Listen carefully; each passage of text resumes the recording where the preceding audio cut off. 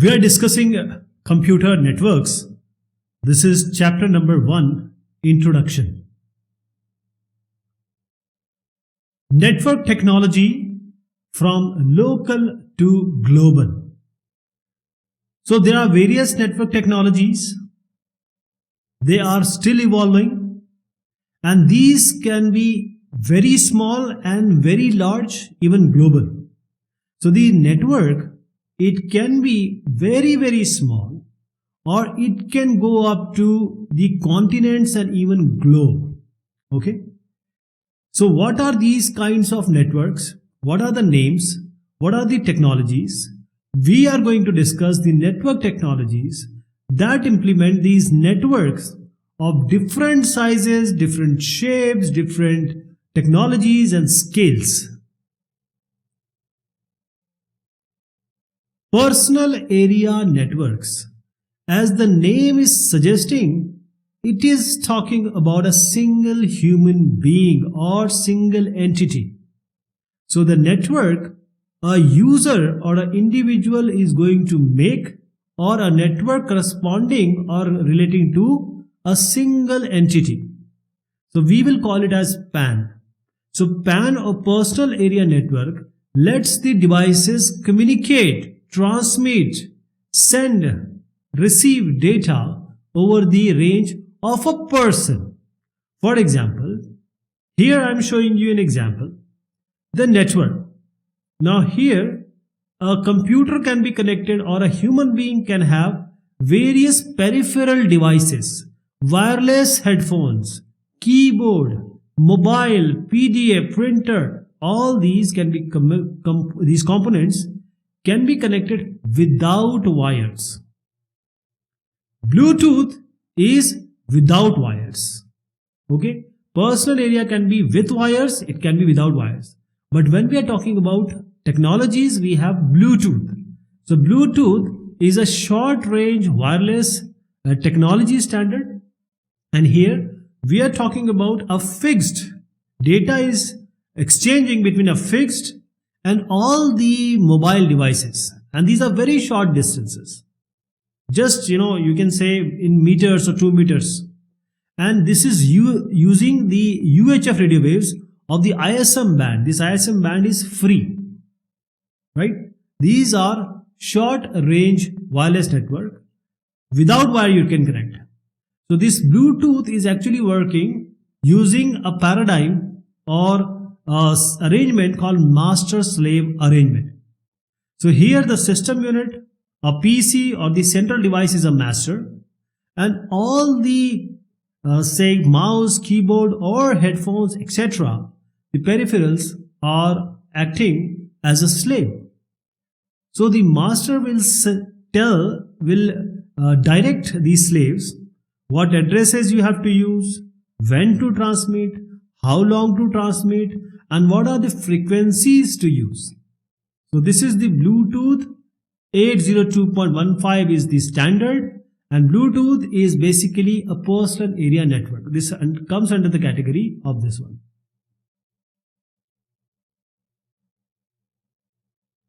LAN or local area networks.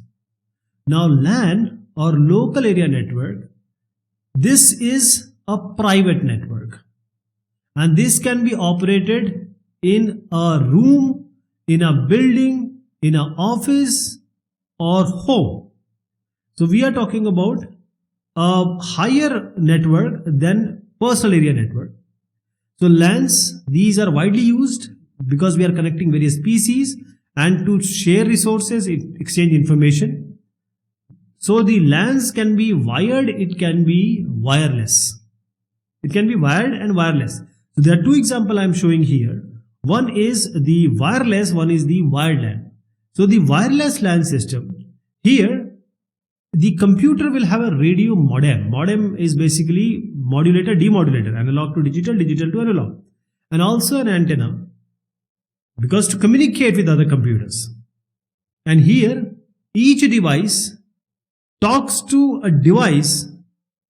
Every device, that is the computing device, for example computer, is going to talk to access points, to wireless router and to the base station. Now if you see here, there are two ways. One is the wired, the left one is wireless, the right one is wired. The left one is wireless, there is no wire in between. So a LAN can be wired, it can be non-wired. So now this system one, or a computing device or a computer, now this wants, it will not always be a computer, it can be any computing device.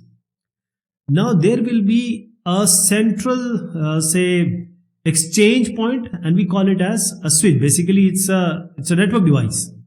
So this is a Ethernet switch, and now this connection is like this. You go through a switch and then you connect. That is, both of the computer or the computing device will be connected to the jack of the switch, and this is how the communication will take place. So this is a switched Ethernet. What kind of Ethernet? It's because we are using a switch. Okay. Now here, this in the wireless, we have an access point. These are the different computing devices, and they are accessing it through an access point. So wireless router, access point, base station we are talking about when we are talking in terms of wireless LAN. Now the device is relaying the packet or sending the packet between the wireless computers, in between them, and also to the outer internet. Okay. There is also a mesh network configuration where the devices, the computing devices, can also send and receive packets from one another. Why I am saying that? Because in these both cases, the devices has to send it to the switch and then it should come back. That is, there is no direct connection between two devices. It has to go through switch. It has to go through access point. But in mesh network, it is possible. As I am saying, relays may be the same nodes as the endpoints. Same nodes means computing devices. Endpoints where the communication stops, or a separate collection of nodes whose sole responsibility is relaying traffic. So the switch and access points, they have only one responsibility, to relay traffic. Now Wi-Fi is also coming in LAN. So it is a popular standard of wireless LAN. What is the IEEE number? It is 802.11. IEEE is making the protocols, it is defining the standard. So let me tell you the brief idea about this Wi-Fi. So it all started way back, but the prominent ones are 802.11a, started 54 Mbps. These are the different frequencies, mostly the frequencies which are free of the ISM band. And then we have 802.11b, 802.11g, then N, then AC, AX. You will also read somewhere AD.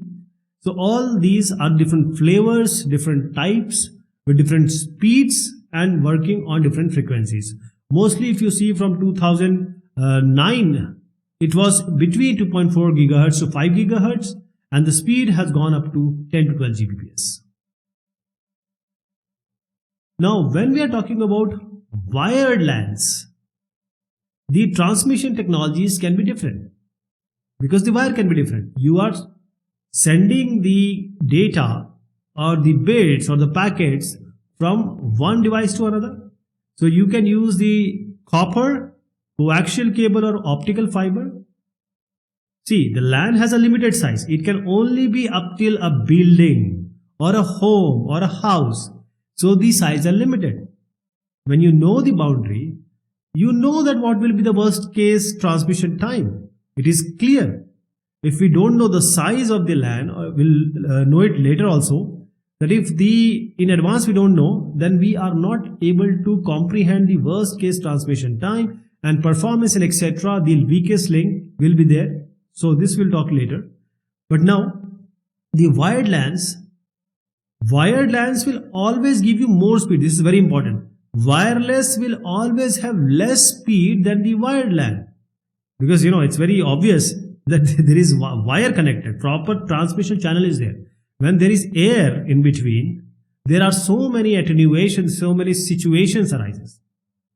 Okay, the wired LAN will have low latency. Latency means the time it starts and reaches the destination. There will be the errors will be very less in the wired LANs.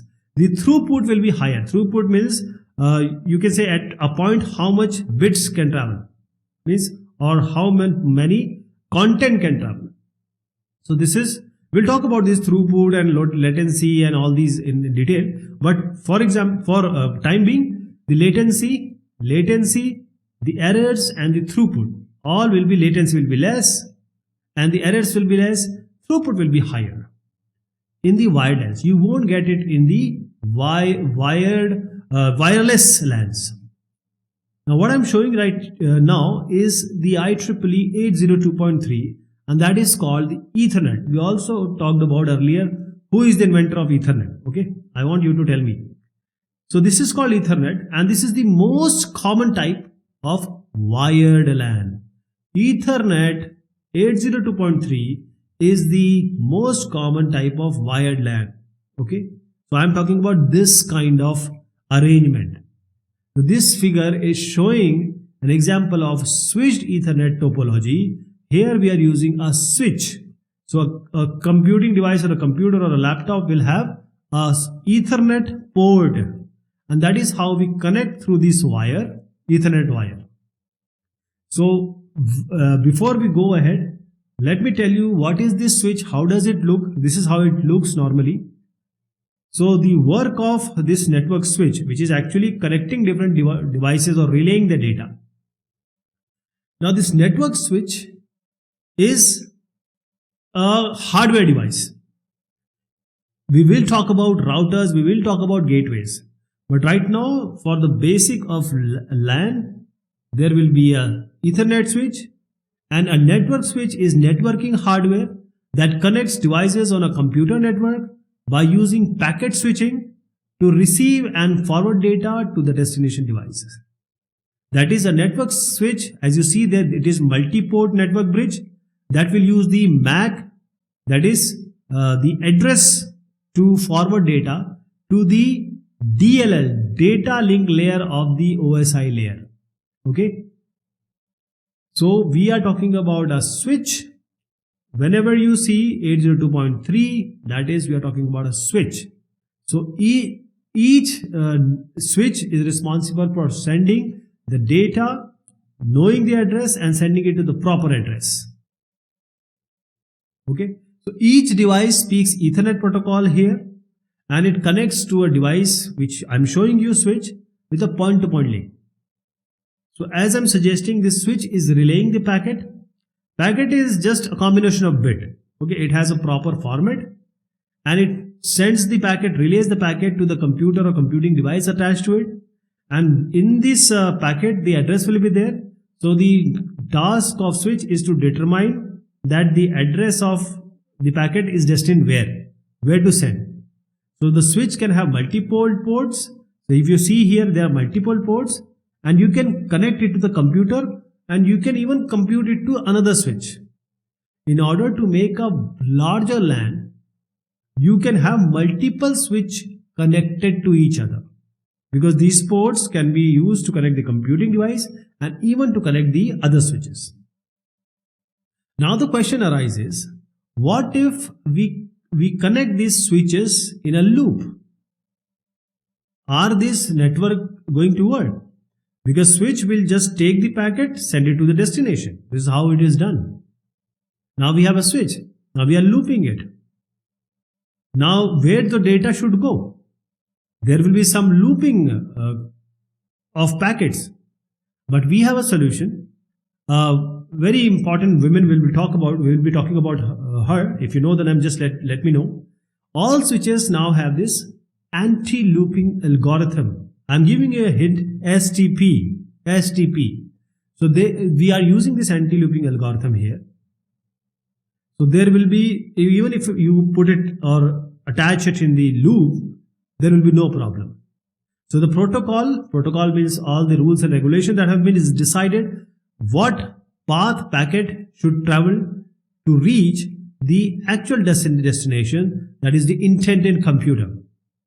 So it is possible to divide one large physical LANs into two smaller logical LANs. There are two things I want to highlight here. One is the looped traffic. See, this is looping, okay, going back, coming again. So There will be a situation here and we solve it using anti-looping algorithm. And there is one problem of flooding of traffic also. That also there are solutions for that. But these are the general problems or challenges we face here. Now, a LAN, as I said or suggested, it can be divided into number of logical LANs. We are not physically dividing it. We are just logically dividing it. Where are the situations that arise? I'll give an example. For example, there is a institution. We have engineering department and finance department of a company. Now we would like all these are connected to a single LAN. But a single LAN won't work. We want this engineering department to be different and finance department to be different. So we can have a virtual LAN, VLAN.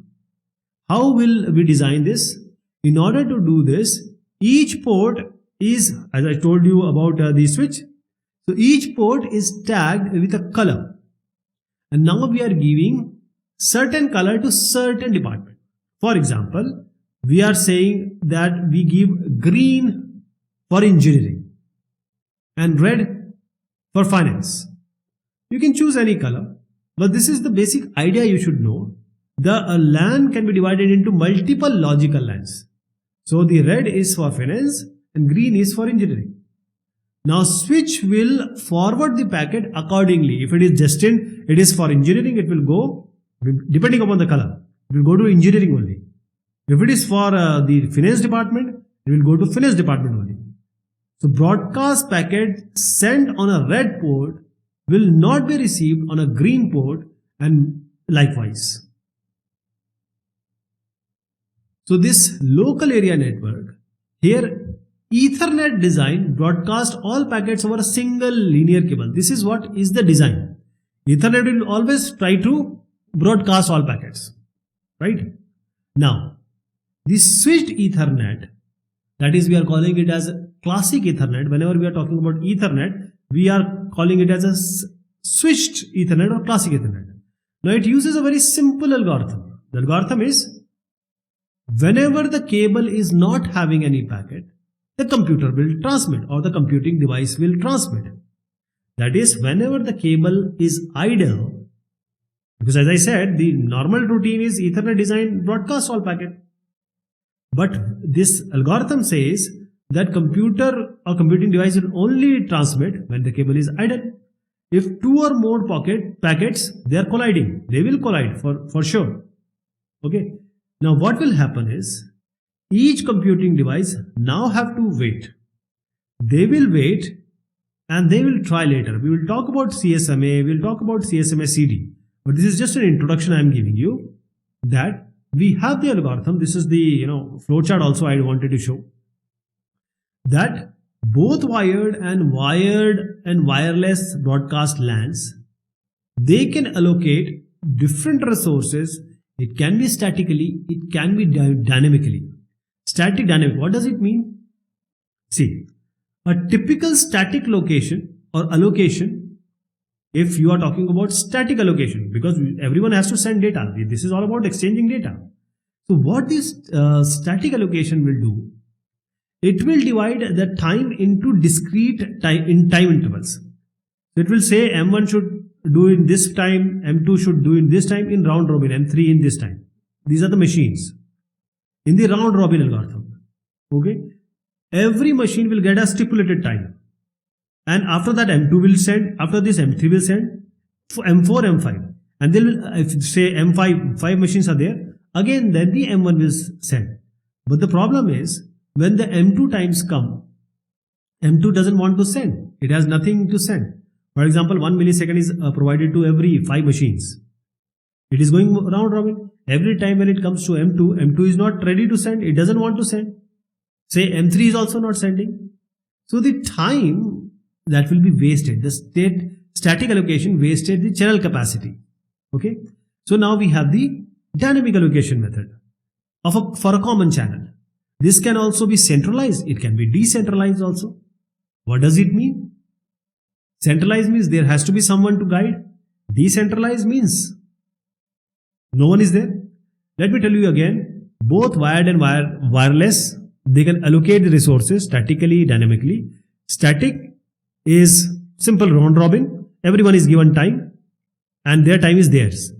But it wastes the channel capacity. But the dynamic, there will be centralized, decentralized. Centralized, there will be a base station. So for example, in a cellular network, we have base station. It will decide who is going to go next. Okay. There will be some internal algorithm to decide who will be prioritizing. If this M2 should send first or M3 should send first. This is the algorithm they are going to use. This is the centralized way. And in decentralized, every machine has to decide by itself when to send, when to transmit, when not to transmit.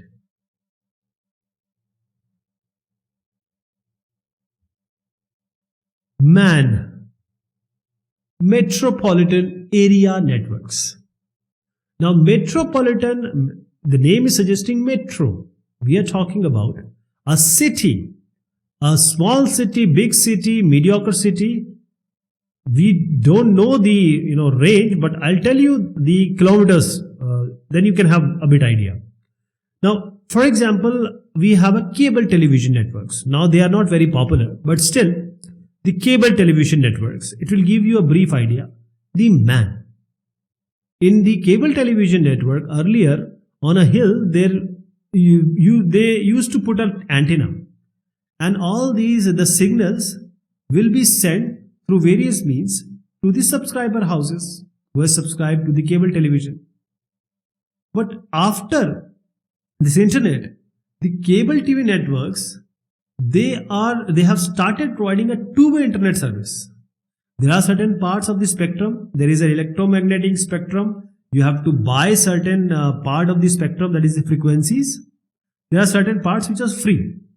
So the MAN, what I want to show here, how does it look?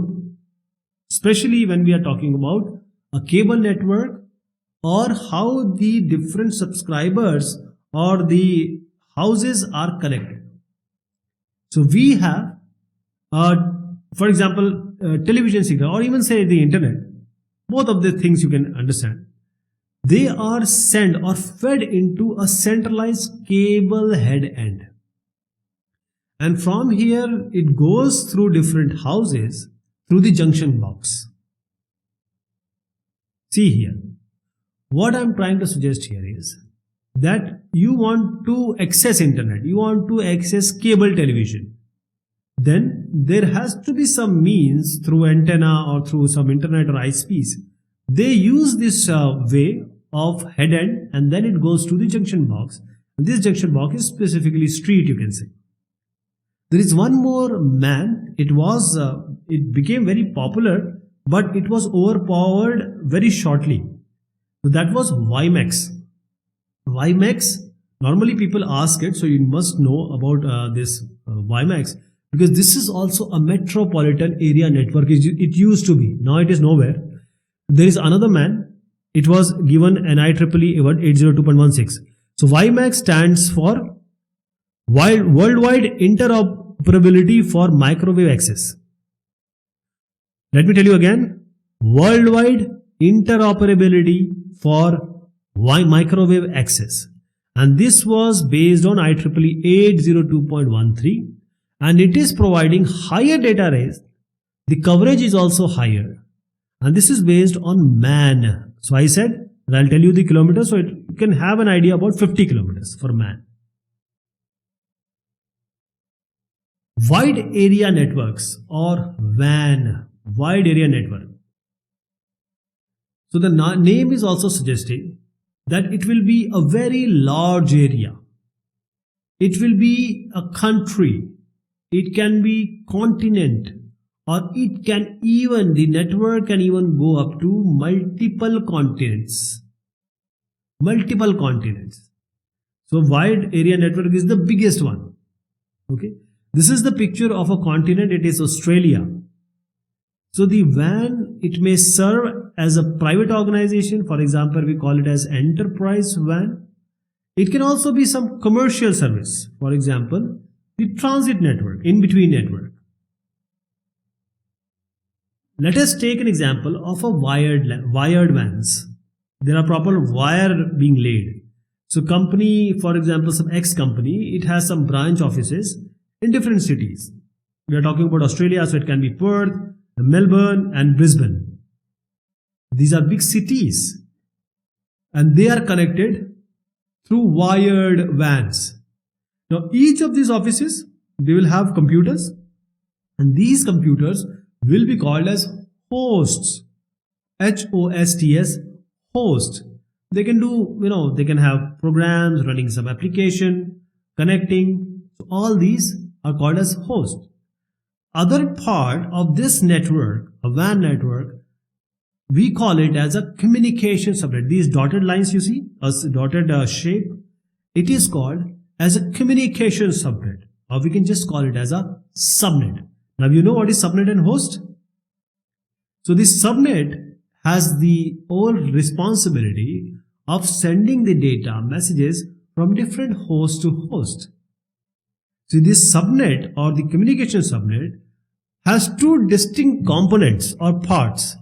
These are the lines, which are the transmission lines. How we are going to send the data, transmission lines. And how to send data to a particular exact intended computer or a computing device. For that, we have switching elements. So we have transmission lines and switching elements.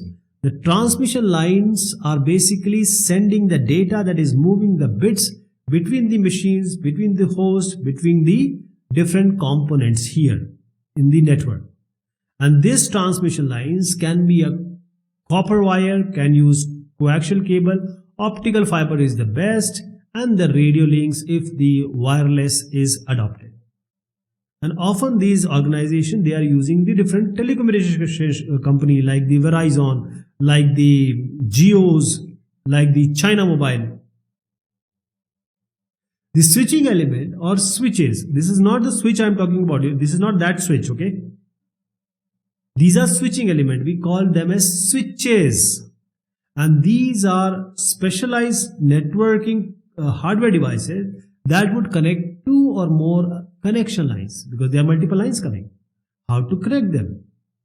So for that, we have routers. We'll talk about that router. So when the data is coming on an incoming line, who is going to decide an outgoing line, or who is deciding where to forward them?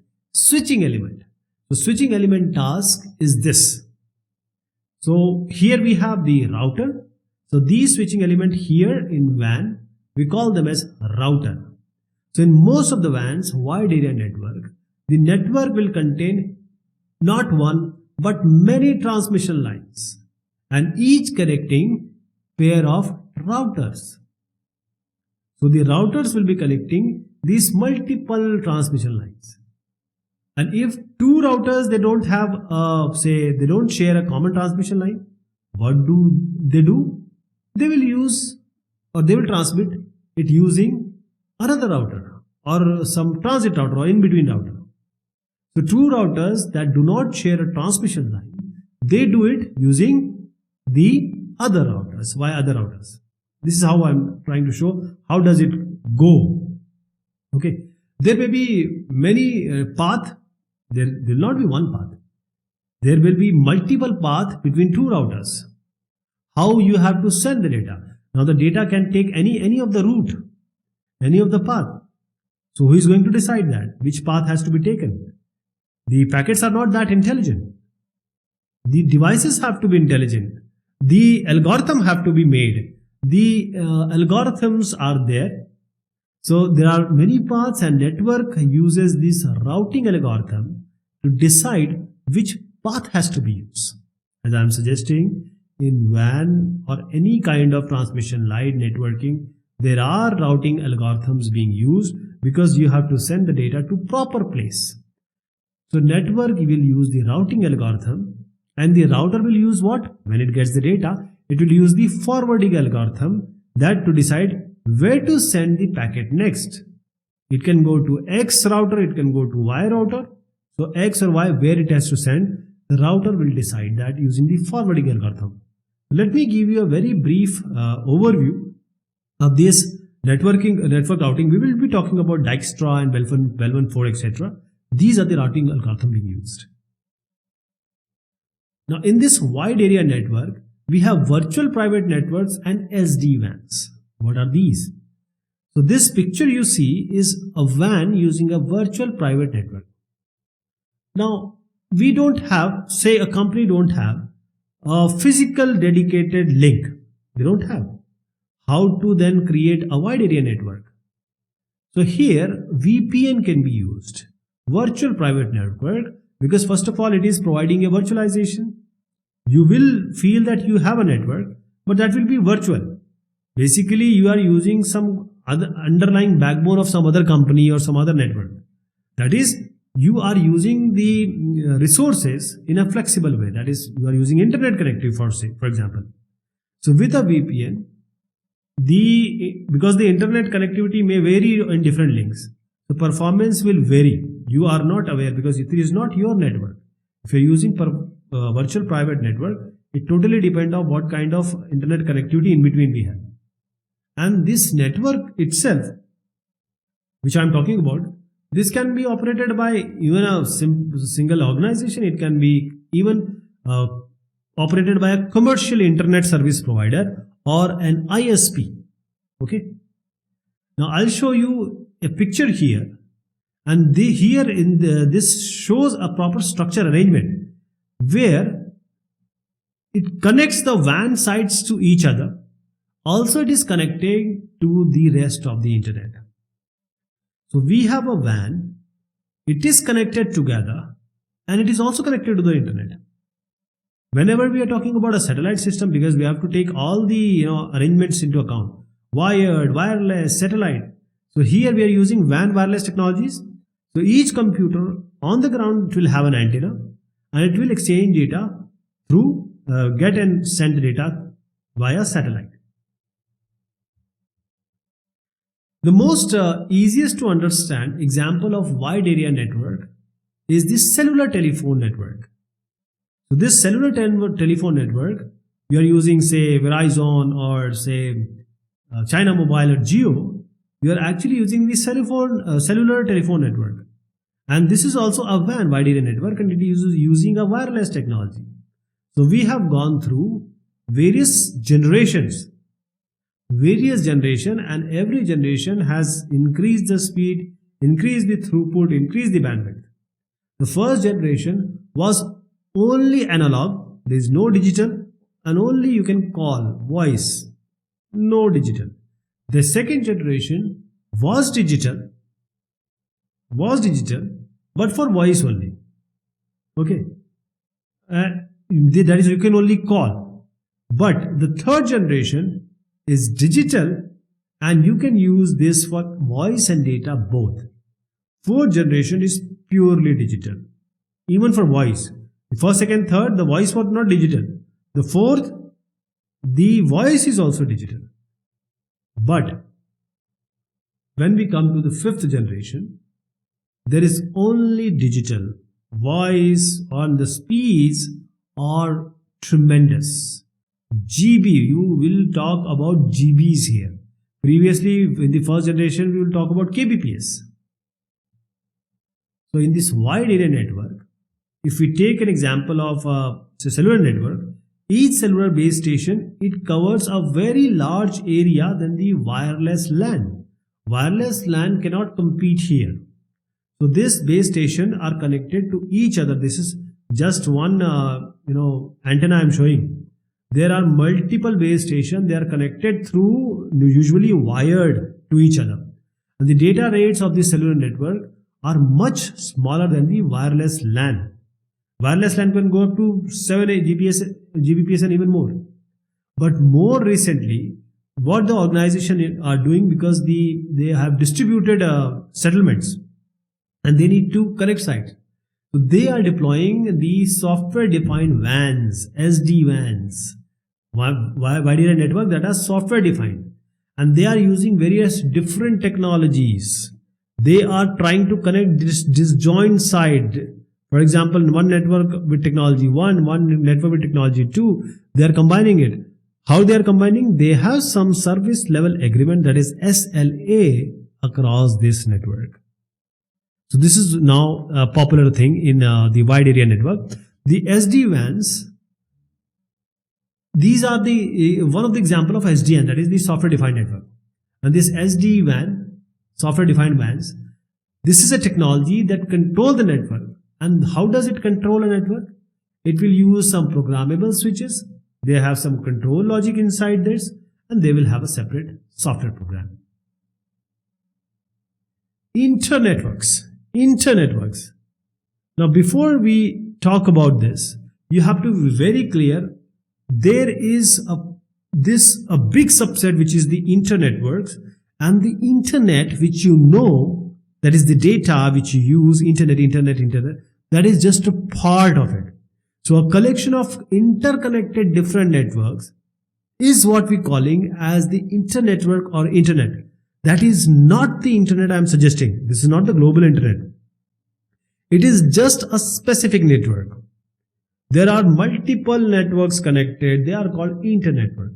The internet, which you know, you always hear, is just a specific internet. I hope you got the idea. Okay. So we are talking about networking. So you have to think in a bigger picture. This internet is just a part. So this internet is connecting, that is the internetwork, is to connect the content providers, the access networks, their enterprise networks, home networks. They're all connected to one another in one or the other way. Okay, which are not connected, but those are connected forms an internetworks. So a network comprise will have a network, that is the communication network, that is the subnet, and the host. Okay, so this subnet, what this communication subnet will be there? This will be described as a network. For example, we talked about the ISP networks. An internetwork will be what? This will also be described as a network, as in the case of WAN. Okay. WAN was a proper network, wide area network. This is an internetwork. But what will be the subnet? It can be an ISP network. So the internet is basically connection of various networks. They may be independently operating and they are connected in some certain way. And that whole over the world, we call them as internetworks. Okay. So there are certain ways to connect it. How to connect them? When you are saying one technology is different, other technology is different, one is of different organization, other is of different organization, how to connect them? We use gateway. Okay. So they are networks. These are on different ways. That is, we have to connect two networks. We have to provide the network translation. These are, say, in terms of hardware and the software also. So the device that connects these two independent networks, it is called as gateway. Okay. So gateway is a network node. It is proper networking device that forms a passage or a pass or a connection between two networks. They are operating in different transmission protocols. Please understand, different protocols, and this is working in layer 3, network layer of ISO OSI layer. So these gateways are working on layer 3. So router, gateway, all they have different layers on which they work. So there are different networks we are going to talk about. We are talking about internet, the mobile phone networks, and wireless LAN. This we are going to take in the next discussion. Till then, thank you so much. Take care of yourself.